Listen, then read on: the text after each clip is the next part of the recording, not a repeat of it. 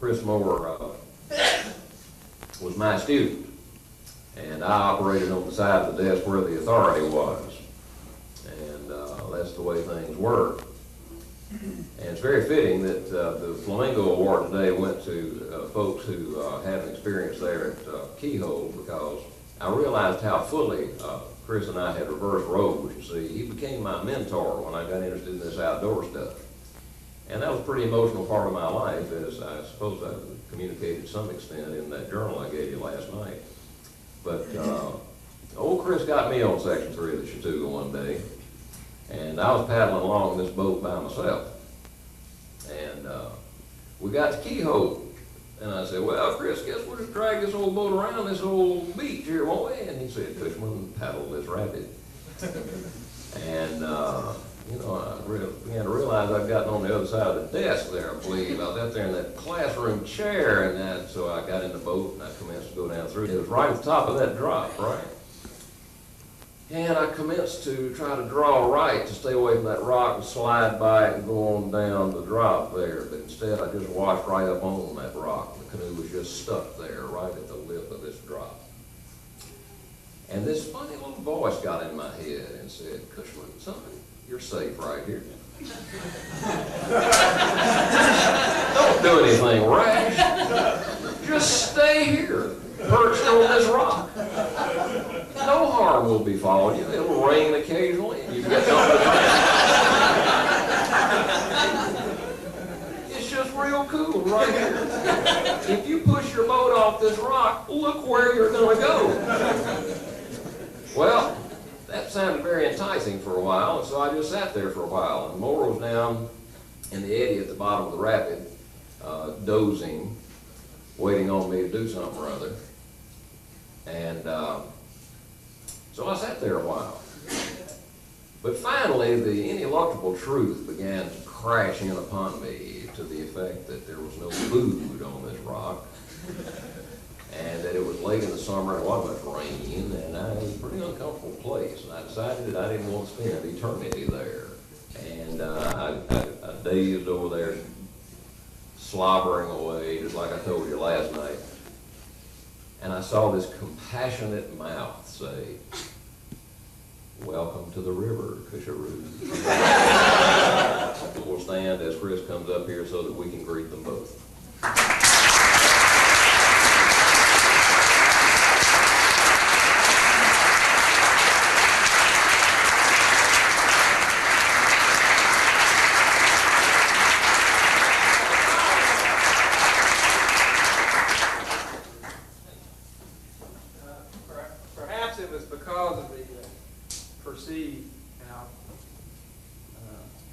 Emphasize that perceived difficulty of that particular move, that Cush has asked me to come do something that I consider equally as difficult, and that's trying to follow that bit of verbosity and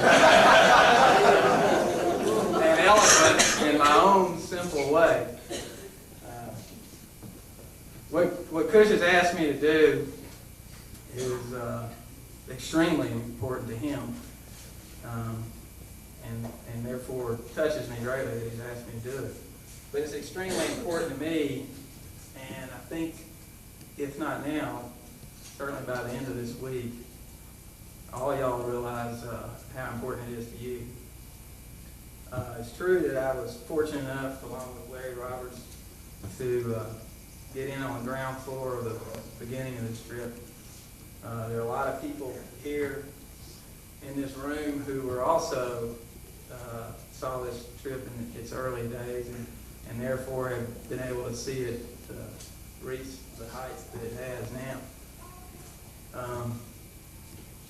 And throughout the years, we've talked to each other, all of us, those of us involved in the formation of the trip, about, you know, why is it working here? Why is it not working in this particular place?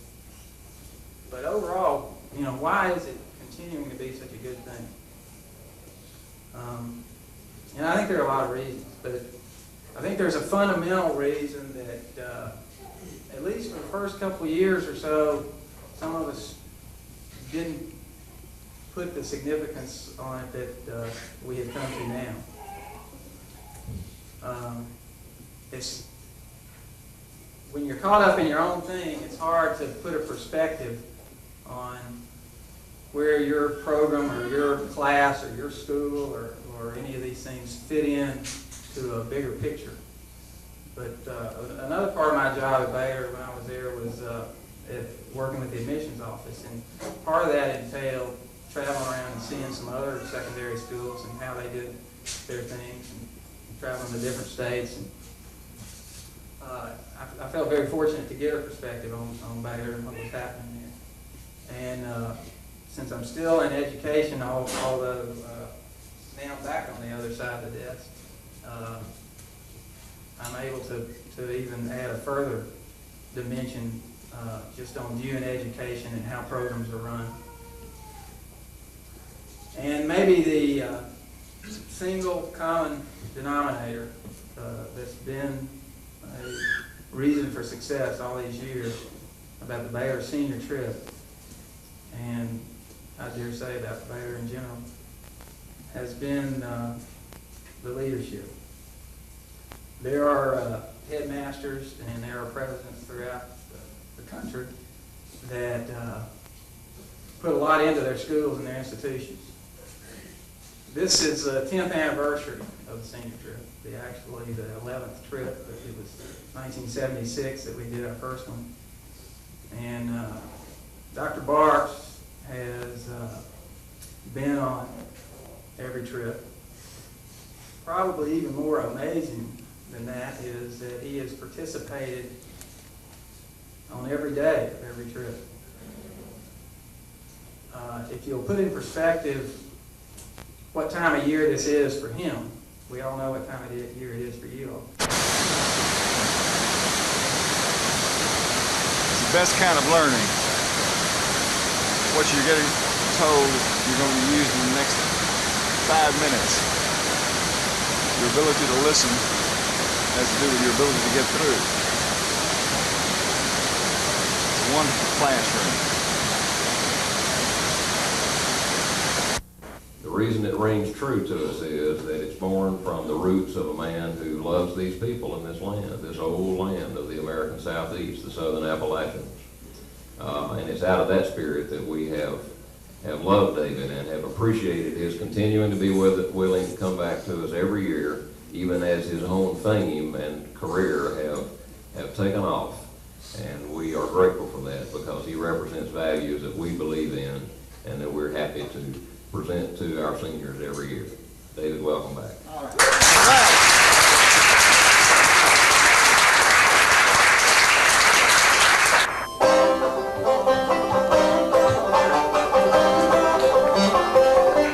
I guess it was about 17 years ago when I first heard this song.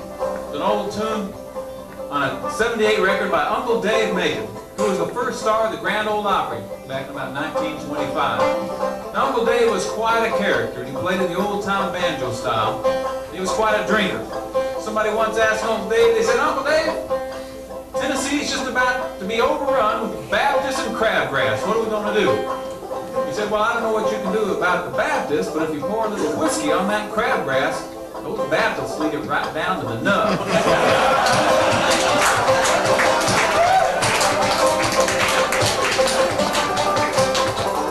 Oh, Mama got on Friday night, Saturday she was buried, Sunday was my court day, Monday I got married. Won't get drunk no more, won't get drunk no more, won't get drunk no more, way down the old plank road.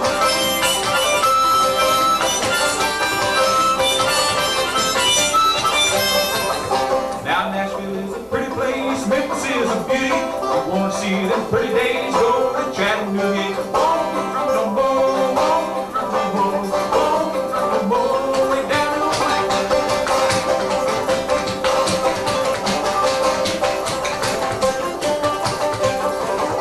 I'd rather be in Richmond with all the hail and rain than to be in Georgia wearing that ball and chain. Won't get drunk no more, won't get drunk no more, won't get drunk no more, way down the old plank road. Won't get drunk no more, won't get drunk no more, won't get drunk no more, way down the old plank road. Yeah. feel like crying since she's gone, for solid gone. Now pick that guitar.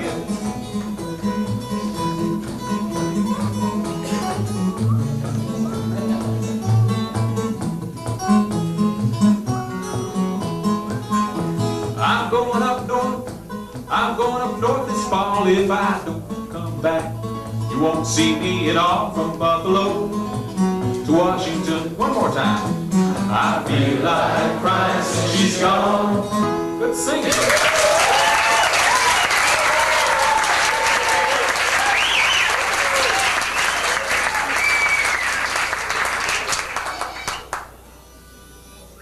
I got to play on Hee Haw in February. Playing a segment. Absolutely the corniest show on television, but when you play old-time music, where else can you go? I want to show you how to do this, but it's pretty easy to do. You just get one between your thumb and your first finger. My dad showed me how to play these spoons. I grew up in Texas, and he played the bones and the spoons.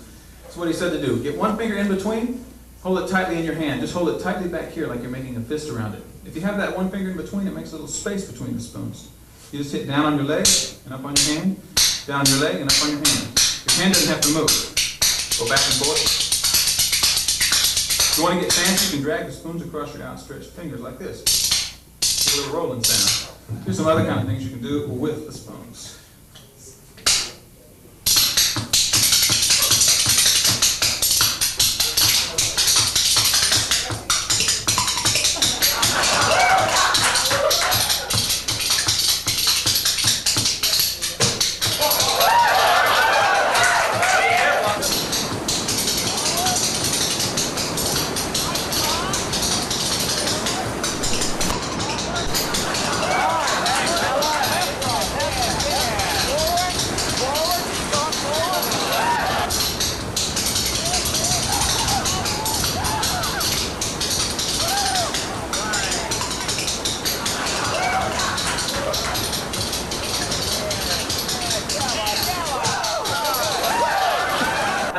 Go get the battery out of the truck and bring her in the house and hook her up to the radio.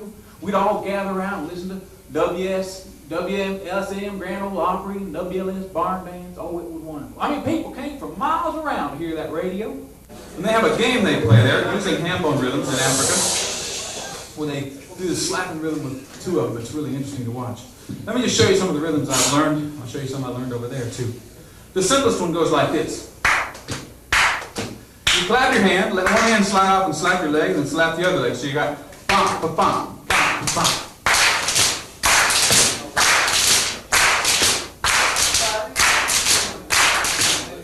Yeah. Okay, here's another one like this. You leave a little space between your hands and you clap on both sides. I do it slow at first. It's hard to do that. Okay, you hit on your leg, the ham bone they call it, and you hit up on your ham bone and up on your chest, down on your leg with the back of your hand, up on your leg, up on your chest. Go back and forth by hitting everything you can. There you go. To make your mouth a big circle, you get a high pitch sound.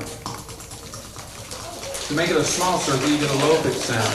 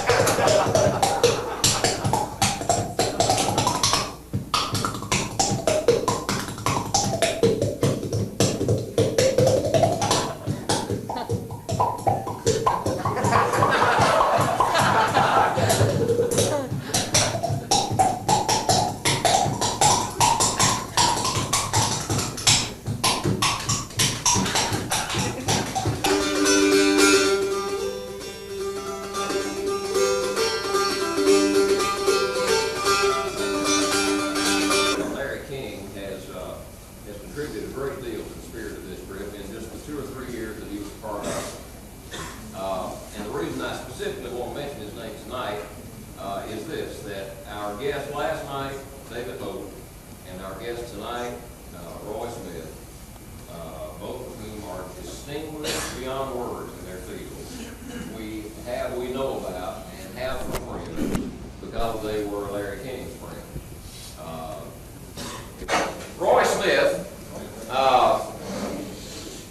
among other things, is one of the early group of titans that brought the outward bound movement to the United States in the early 1960s.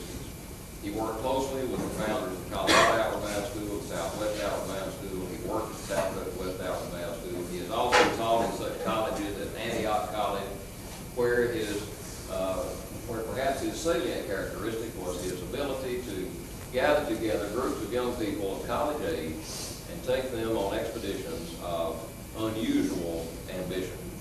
For instance, Roy, with a group of college students from Antioch, completed the first winter traverse of the Brooks Range in Alaska, one of the most ferocious mountain ranges on Earth.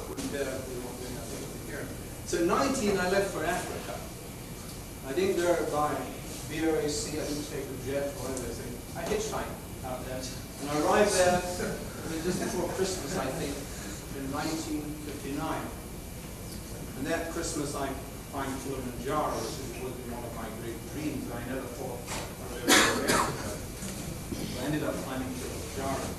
So what I want to talk a little bit about this evening are dreams. What are dreams? And what do dreams mean in our lives? And do they take us places? Or are they just something that's a luxury we participate in, indulge in, and don't know anything about? And for me, dreams have been something that have become realities. And then I heard the hyenas coming in. A lot of hyenas there. And I was kind of afraid. It was just 2 weeks before this, an American and his wife were camping in Amboseli, and the woman had woken up in the morning and found her husband had his head taken off with a hyena. So everyone he sent was afraid of hyenas then. So I crept under my Land Rover, I put the fire on and got under my Land Rover. This is an interesting area because the land of the Shifter, the Shifter is a general name given to terrorists and marauders, nomadic people who live in this part of the world, but particularly they were the Galuba tribe whose territory I was in. The Galuba, before they can become married, before a woman will accept them as a husband, the man has to produce a pair of human testicles. And that's the kind of this equivalent of killing a lion, if you like, or perhaps where I came from, bringing home your first paycheck. You were a man, you see, and you showed that you were able to do what was necessary to get through the kind of life that lay ahead of you. So I lay under this Land Rover, and all the romanticism disappeared, and I was absolutely petrified. Because the hyenas I knew couldn't get me, but I wondered who might have seen me. Any of the Galuba had seen me under my Land Rover, getting under my Land Rover. And I figured also they could not distinguish between my anatomy and those of the other tribes in the area. I doubted whether the women would be particular about it. I was particularly anxious. But that's it. The dream was that one day I wanted to come down this river and I wanted to know where it came from. Well, the dream materialized. 20 years later, I went down the river. I realized probably a little too late that you really can make anything happen if you really want to. I mean, things were happening in my life then, but bigger things could.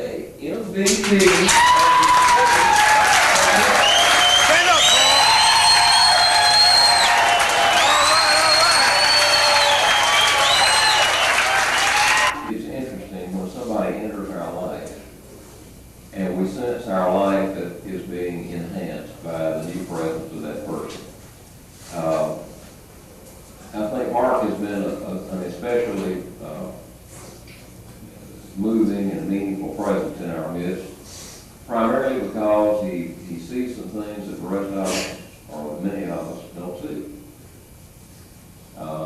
And here's some things the rest of us, or many of us, don't hear. And I promise that I won't start off any introduction by saying, here's a little tune I wrote. But this song is about a common thread that runs through all of us, no matter what station in life. It's about our needs and wants, and how similar they can be, and how different the objects that we need are.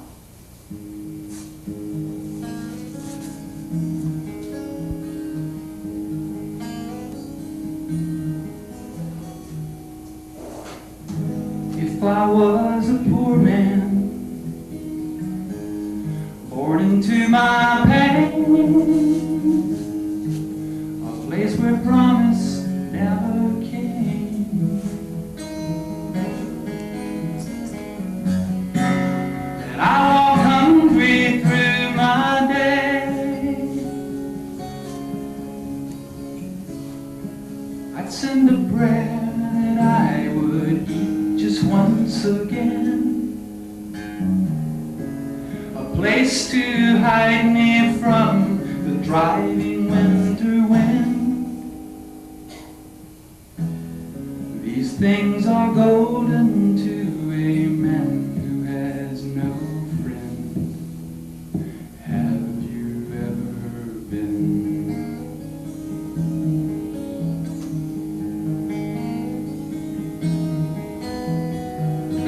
If I were a rich man, a pheasant under glass, inside my house of silk and brass, and I control the working class, I'd spend my nights up in my office with a grin, to close the deal that makes me richer twice again. I need a beach house and another set of wheels. You know how that feels.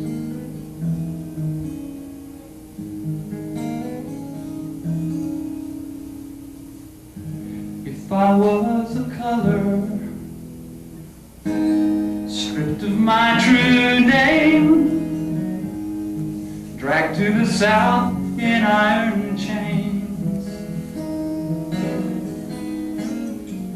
and so I live my life in vain. I turn the soil and plant the seeds for you to smoke, and sing to God so that my spirit is not broke. One night I'd find you all alone beside the well, and I'd send you to hell.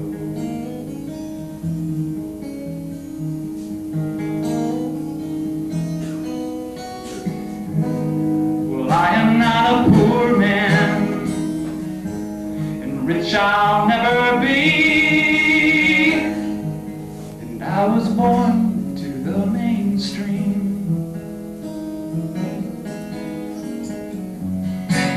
My freedom came too easily. Oh, rich men, poor men, we have all learned how to starve. Freedom or handouts or another shiny car. We all need something else, no matter where we start. We all share this part.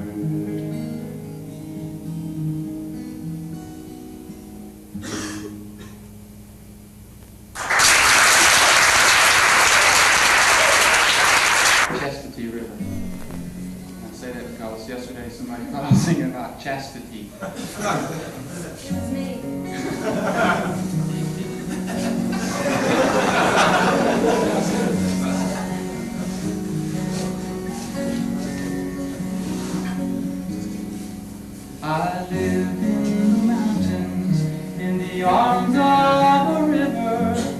Chastity sang to my spirit each day, but I learned to be lonely for the love of a lady, and the search for her love carried my spirit away.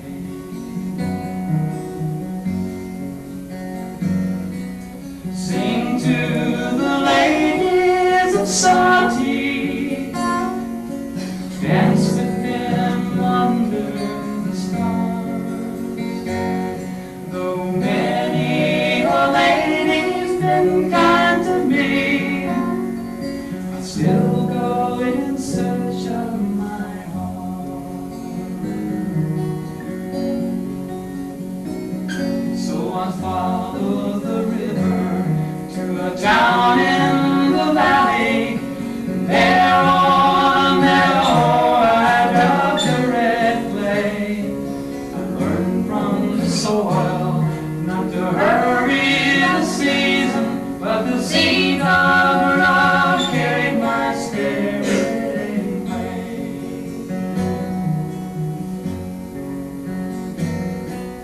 Sing to the ladies of Swanee, dance with them under the stars. Though many a lady's been kind to me, I still go in search of my heart. I once glimpsed her face in Ogeechee black water. One night she whispered from the marshes of Glen. She left me a message on the white sands of Collie. Said, I've gone to the mountains, come love me again.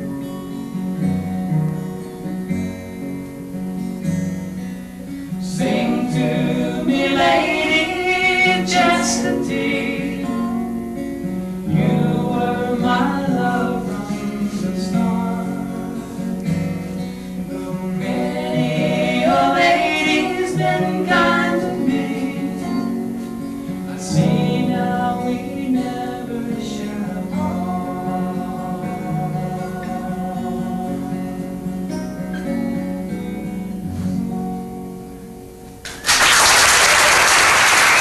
Force you to leave and to walk many hundreds of miles to a new place where you don't want to go. Of course, that's what happened to the people who lived here, right here on this land in the 1830s. And this song is dedicated to that pain. This is called The Trail of Tears.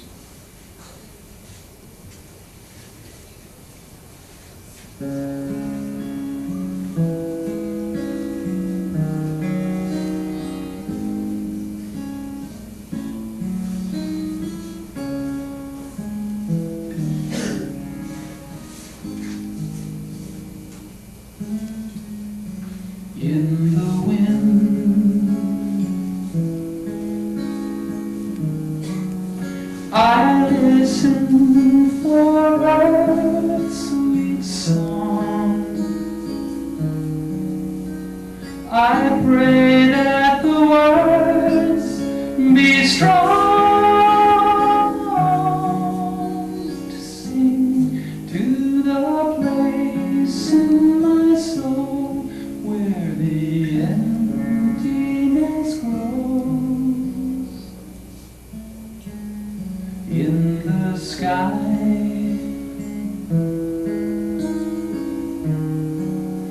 I search for a wing of gold. The eagle gives hope, I'm told, but the raven bird cries on the cold granite sky. 2 days behind me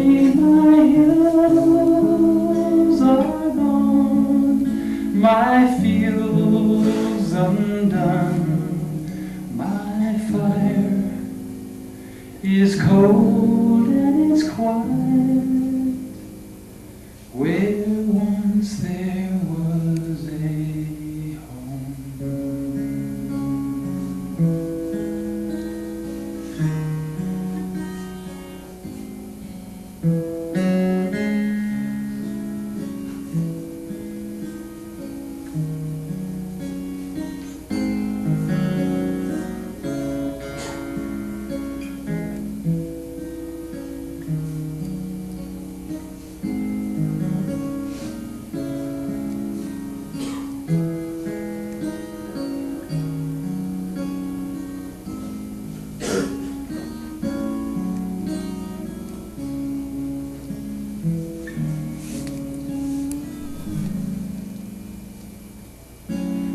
I long to drink from the mountain stream where water sings to the stone, where I made my child and promised her a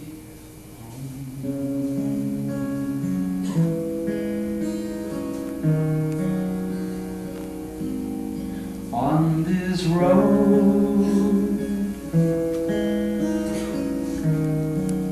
My spirit is torn and stained. My memories pour out in vain. And now I can only return to my mountains and dreams. Oh, only in my dreams.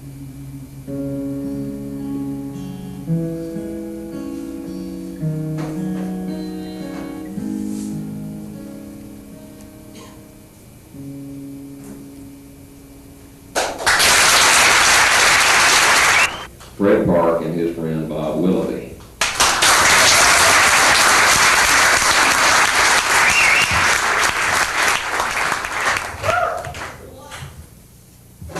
Well, that about says it all. You're dismissed.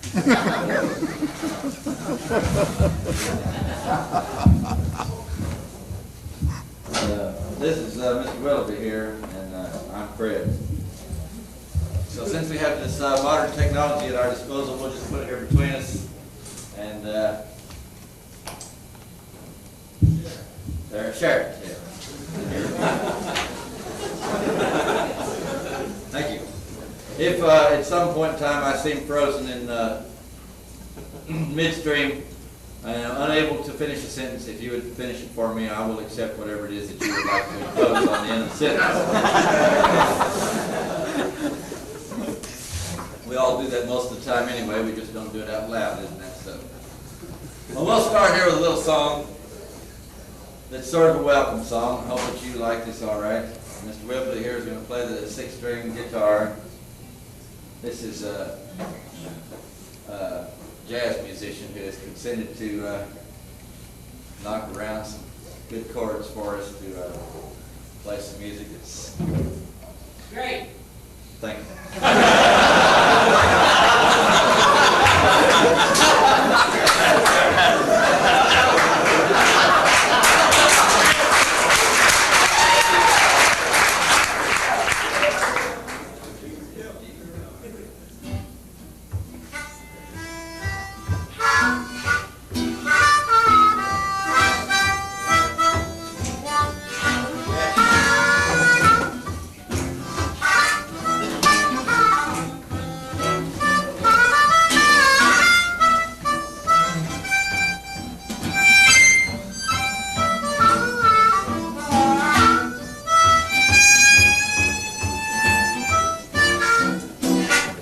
Been saving up my energy, and now we're gonna play for you. Been saving up all my energy, we're gonna do our thing. We're gonna try and sing something. Play that guitar, let the feeling flow. I want some corduroy rhythm so we can tap our toes.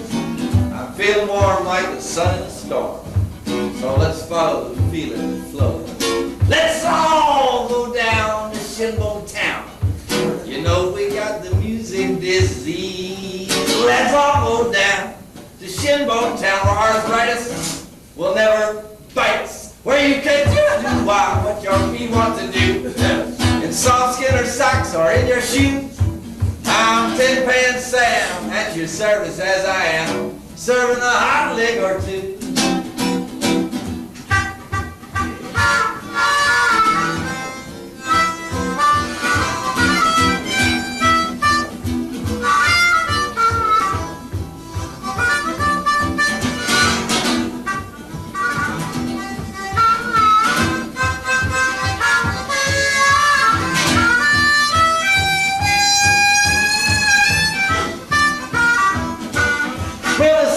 For you, I said this song is for free. Boy, take a ride to Dubai. This song is for you.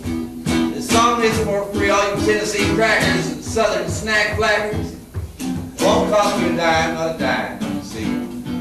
But we're accepting all smiles from you and me. So fellas from Jim or jealous fellas, have a grin from your chin. Maybe we'll play this song again sometime.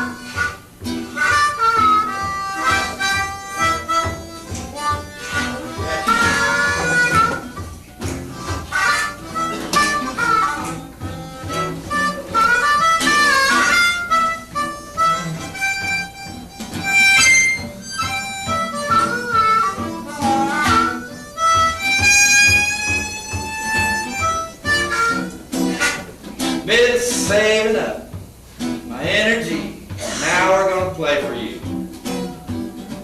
Been saving up all my energy, we're gonna do our thing. We're gonna try and sing something. Play that guitar, let the feeling flow. I want some corduroy rhythm so we can tap our toes. I'm feeling warm like the sun in a storm. So let's follow the feeling and flow. Let's all go down to Shinbone Town. You know we got the music disease.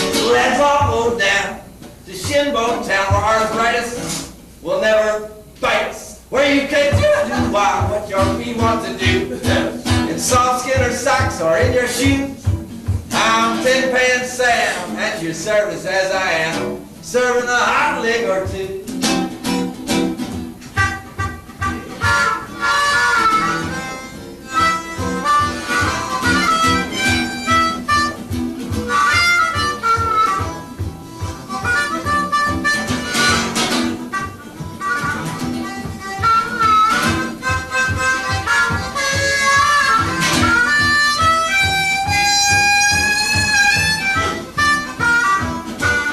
Well, this song is for you. I said this song is for free. Boy, take a ride to Dubai. This song is for you. This song is for free. All you Tennessee crackers and southern snack flaggers. Won't cost you a dime, not a dime, you see. But we're accepting all smiles from you and me. So fellas from Jim or jealous fellas, have a grin from your chin. Maybe we'll play this song again sometime.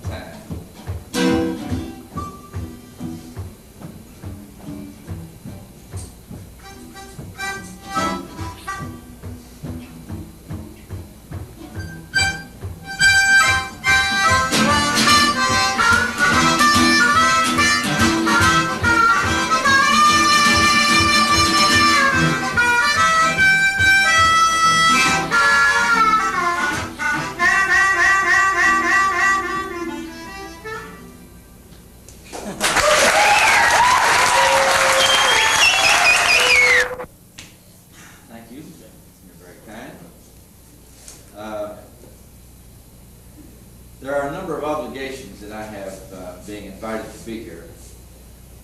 Not the least of which is telling you all a variety of jokes that seem to be the kind of jokes that, what? Forget it. No, forget it. The kind of jokes that you want to forget.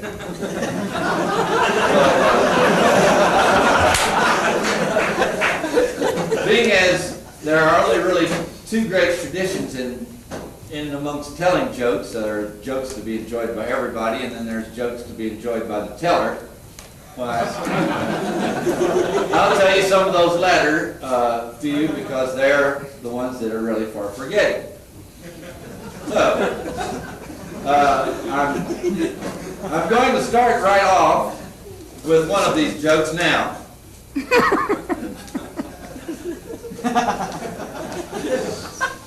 Oh my God. Oh, I do know. There's one joke that I really wanted to tell you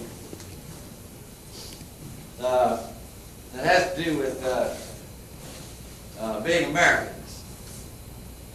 Now, most of y'all know what it's like to be an American, but not really.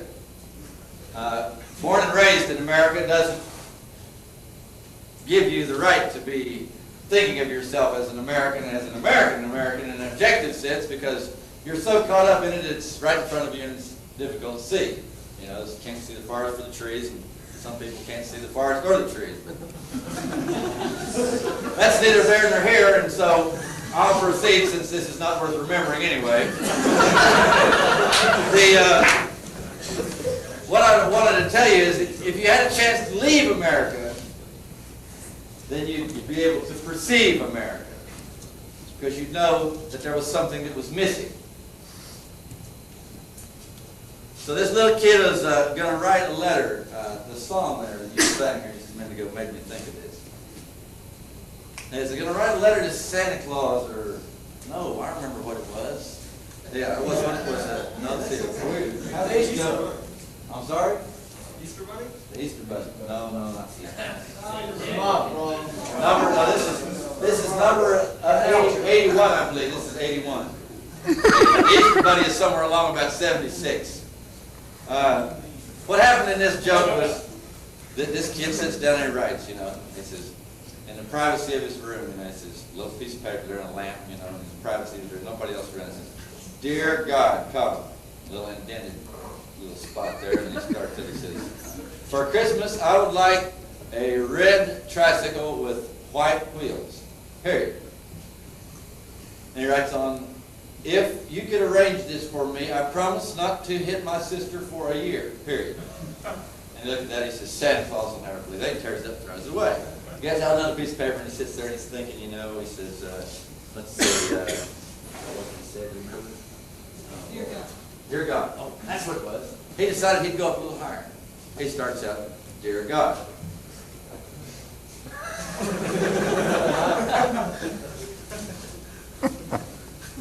"I would like for Christmas a red tricycle with white wheels, period.